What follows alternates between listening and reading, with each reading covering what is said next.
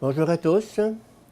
Je continue à vous partager des extraits du livre de Yves Semen sur la théologie du corps de Jean-Paul II.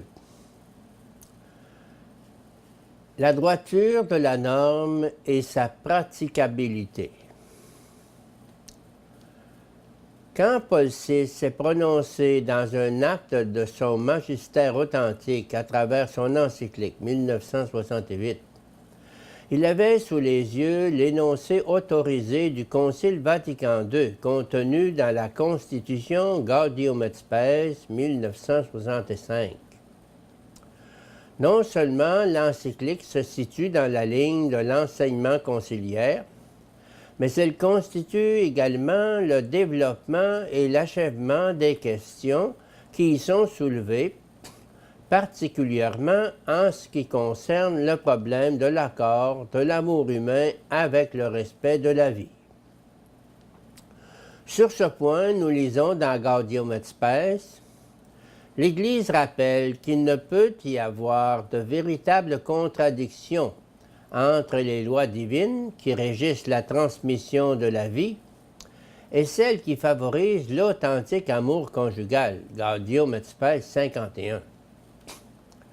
Ce sont avant tout les interrogations des époux qui se trouvent déjà au centre de l'attention de la Constitution conciliaire et que l'encyclique reprend avec toute la précision désirable.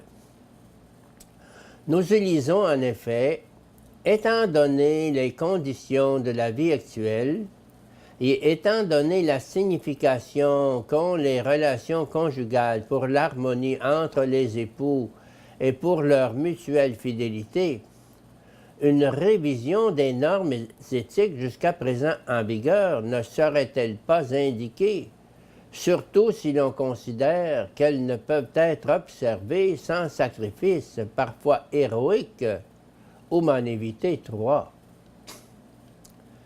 Ces hommes, Paul VI les a toujours eus sous les yeux. C'est ce qu'exprime, entre autres, le passage suivant d'où m'en éviter. La doctrine de l'Église sur la régulation des naissances, qui proclame la loi divine, pourra sembler à beaucoup difficile, voire même impossible à observer. Certes, comme toutes les grandes et bénéfiques réalités, elle requiert un sérieux engagement et de nombreux efforts individuels, familiaux et sociaux. Et même, elle serait impossible à observer sans l'aide de Dieu, qui soutient et fortifie la bonne volonté des hommes.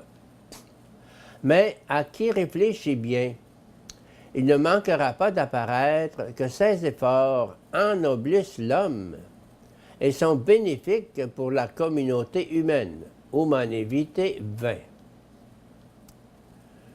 Ceux qui croient que le Concile et l'encyclique ne tiennent pas suffisamment compte des difficultés présentes de la vie concrète ne comprennent pas les préoccupations pastorales qui furent à l'origine de ces documents. Préoccupation pastorale signifie recherche du vrai bien de l'homme, promotion des valeurs imprimées par Dieu dans la personne humaine.